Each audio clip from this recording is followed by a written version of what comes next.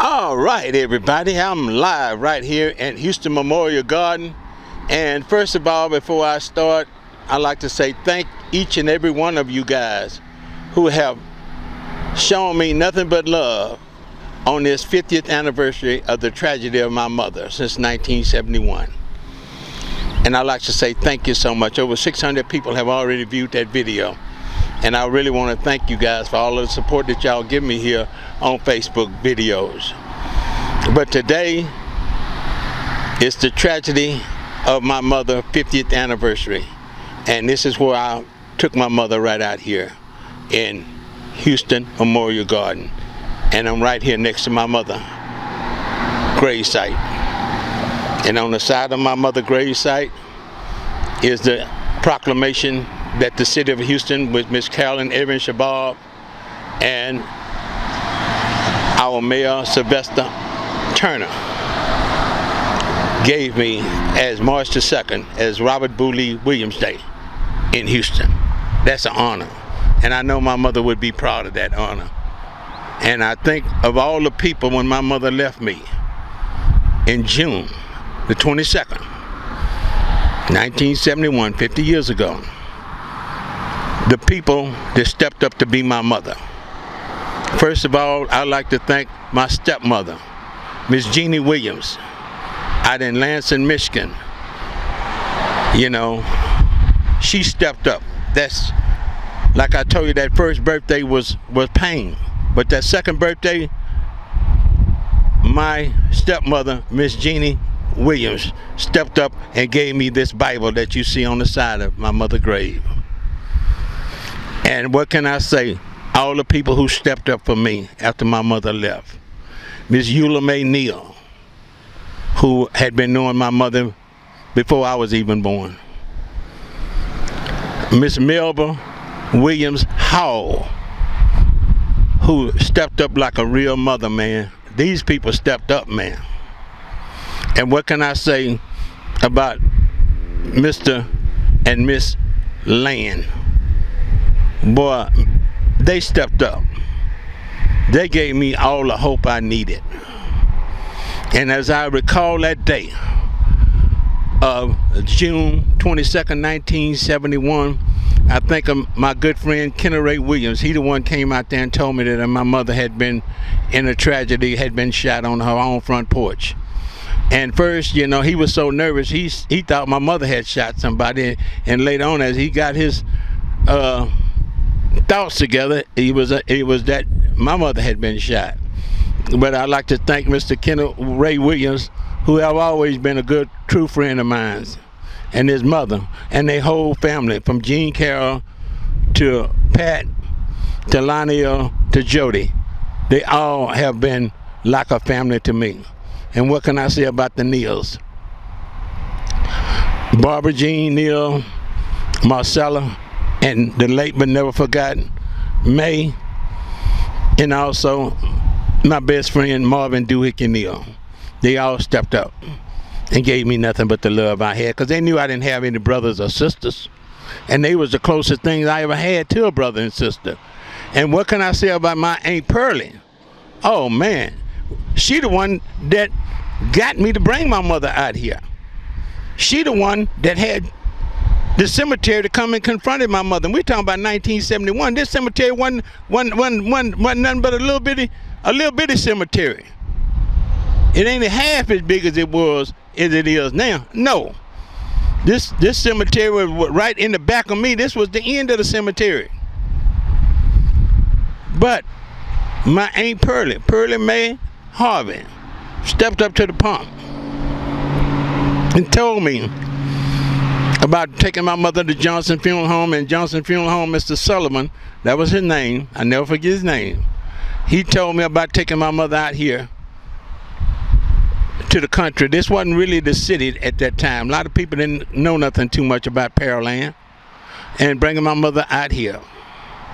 And he guaranteed that I would have a place right up in the front of the cemetery for my mother's gravesite, and that's where we at. And just to show you how good God worked, look what's in the back of me. They built that after my mother have already passed. But God is so good. That's why I'm testimonying on this, y'all. It's not only for you guys to see how good God is, but to let me know how good my God have been to me in the last 50 years, man. And I say this because this is true, Facebook family, and also all of my families, because Jack Yates and Phyllis Wheatley and also Booker T. Washington and Cashmere, you know, I love you guys, man. I love doing all the work that I do, but it all started 50 years ago after my mother left. And when I came out here to bury my mother out here in this paradise, at first they was asking me to go to Paradise North because, you know, people had been going way out to Acres Home, and I didn't want to tell my mother going out there. I didn't really want to travel that far out there to see my mother because I knew I was going to be able to see my mother all the time. And I wanted my mother close to me. And that's one reason why I came out here to Houston Memorial Garden, because this cemetery, didn't nobody know about this place, man. Only thing they knew about was Paradise South, and the reason why they knew about Paradise South because of the Paradise North out there in Acres Home. But this is about me in the 50 years, man, and how I survived through God's grace, man. And it's so nice to be out here to do this, to document this. You know, this is my hope. My dream is to be able to write a book. But it's God's will for what He wants.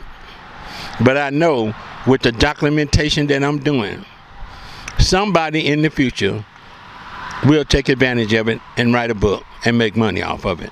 It's all right with me. Only thing I'm so happy about is the legacy of my mother, Miss Lillian Ames Williams Jones, have been recognized.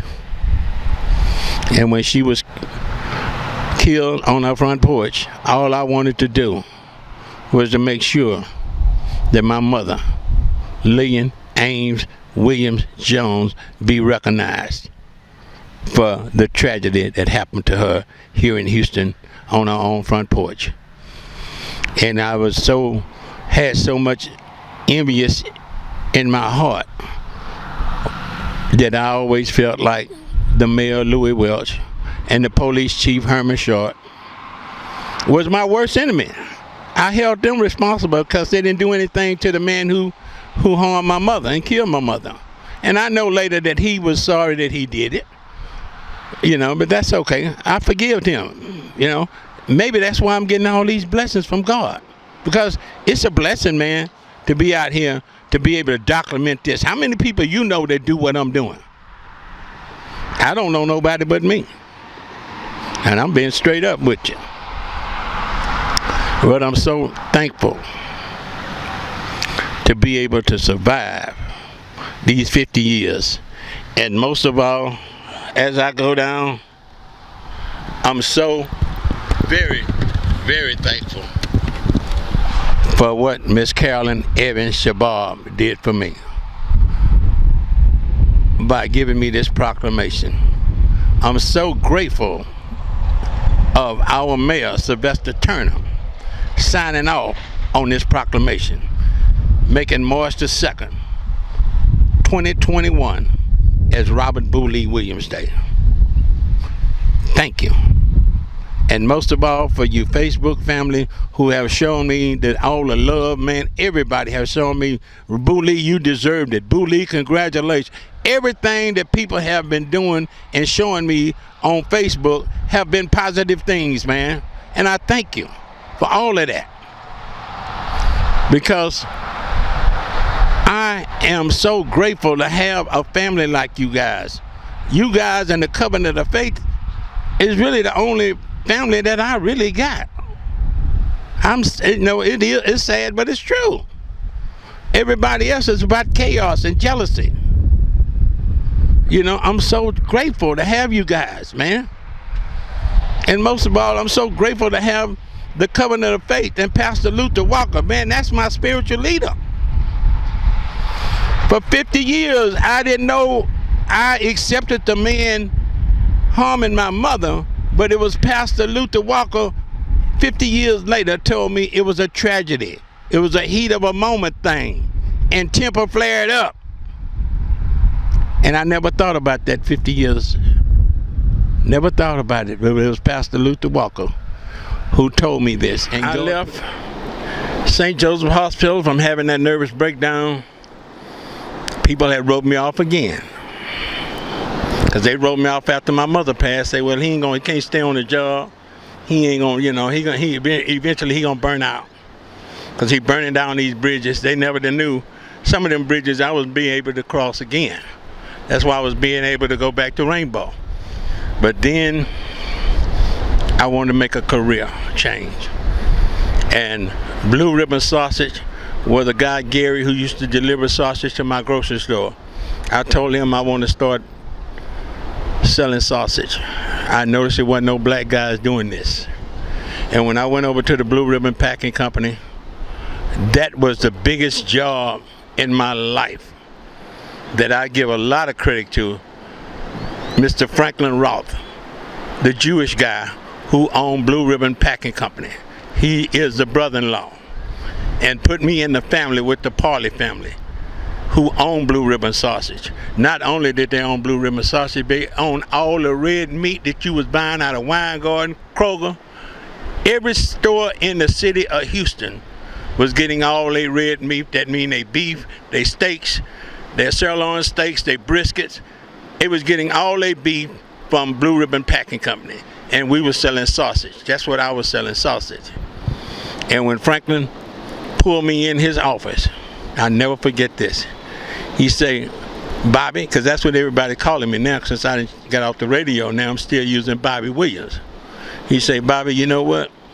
You good. I know you good. But the only thing I'm going to do is polish you and wax you. And you going to be sharp as a tack if you stick with me. And he wasn't lying, boy. Franklin Roth turned my life upside down. His son owned a sausage company now called Home Sausage. I figure I'd throw that in for Rusty. And you know, at least his name is Rodney, the same name as my son. And when I went to work for Blue Ribbon Packing Company, I was the only black sausage salesman. Not only for Blue Ribbon, none of the sausage company had a black salesman. Blue Ribbon was the first one, and they hired me. And that was the biggest turning point in my life. That gave me all the courage, knowing that I was good as I thought I was, and even better. Because not only was I the only black salesman, but they promoted me, and I didn't want the job to be the supervisor over all the other 7 white salesmen. And they would let me go open up every Weingarten store. From Houston to Baytown to Galveston out here, I opened up Weingardens out here. I opened up a Gerland out there, right across the street from Sealy Hospital. All the Michelettis out here in Galveston, all of them people knew me. Then all of Ronnie's and Seller Brothers out there in Pasadena, all of them knew me. And I don't, you know, what can I say about Sunnyside 3rd Ward? You know that. But all out in Southwest. That's why they let me go open up all those Weingarten stores. Not only Weingarten stores, even Randall Osteen, them and the Randall family. I was part of 2 Jewish families, the Weingarten family and the Randall family, which is Randall Osteen before they sold it out to Safeway. Man, I was blessed, man. And that's when I knew I was good. But then I had a problem. I had more white friends than I had black friends. Now what happened, I got strung out on drugs. Quit there. Went down to the bottom again. Went down to being homeless. Oh man, all my personal friends wrote me off. Oh, he'll never come back. Oh, he's a crackhead. Little did they know, I've been down at the bottom before. When I was in over at William E. Miller, I made straight F's and everybody thought I was gonna drop out. I even thought I was gonna drop out. But God is good. I got back on my feet, and started another career, selling cars. Yes, in the 80s I was selling sausage. In the 90s I went into the car salesman business, and I had a lot of fun and made a lot of money. I worked at Landmark. I worked at Landmark on Bill Hurd Chevrolet. So I worked at Landmark and Bill Hurd. Oh man, I worked at so many car dealerships thanks to Mr. Grady Johnson, who helped me a lot in getting some good jobs. Grady helped me get a job with Hub Hyundai. I never forget that. Anytime I needed a job, Grady Johnson always would tell me, Boo Lee, look, go here and hire this and go talk to blah, blah, blah. And next thing you know, I'm out there selling cars. Thank you, Mr. Grady Johnson, for all of your friendship. And we've been knowing each other since we was in the 4th grade over there at Turner Elementary and Mr. Edward Perry room. Thank you, Grady. And he knew my mother. And what can I say about Miss Deborah Molo and all of her sisters? They all knew my mother, man. They are the only true friends I got on Facebook that knew my mother, other than Miss Carolyn Land Devon, who been knowing my mother before I knew my mother. You know, and Deborah and all of her sisters, they all went to St. Emmanuel Church where Reverend Scott was the pastor, and she says so many good things about my mother, and to me, it makes me want to cry. I didn't realize some of the things my mother was doing, you know, but I survived, y'all, through God's grace. After I got through going through that drug addiction in the 80s, by the 90s, man, I was ready. I was ready to get back on my feet again. All them people had written me off. They thought I was gone. I was gonna be a crackhead the rest of my life. I'll be out on the street bumming. But during my addiction, I never begged. I have slept outdoors before, so I have been homeless. Cause my cousin and them didn't want nothing to do with me. They wrote me off too. But it's all good.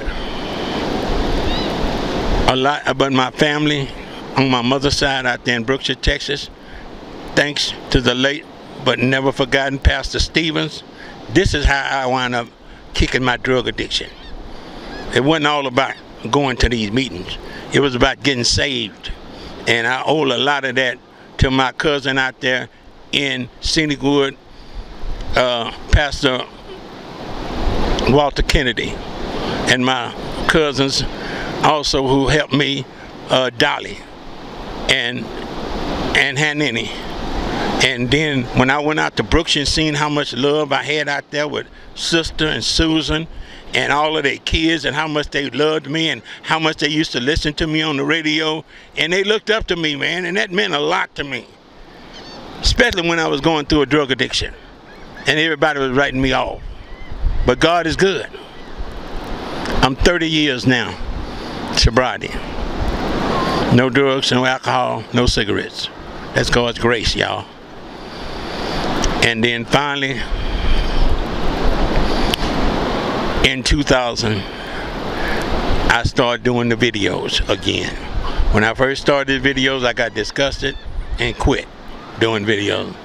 And then my cousin told me about social media and how I can edit my videos and put them on YouTube, helped me set up a YouTube page.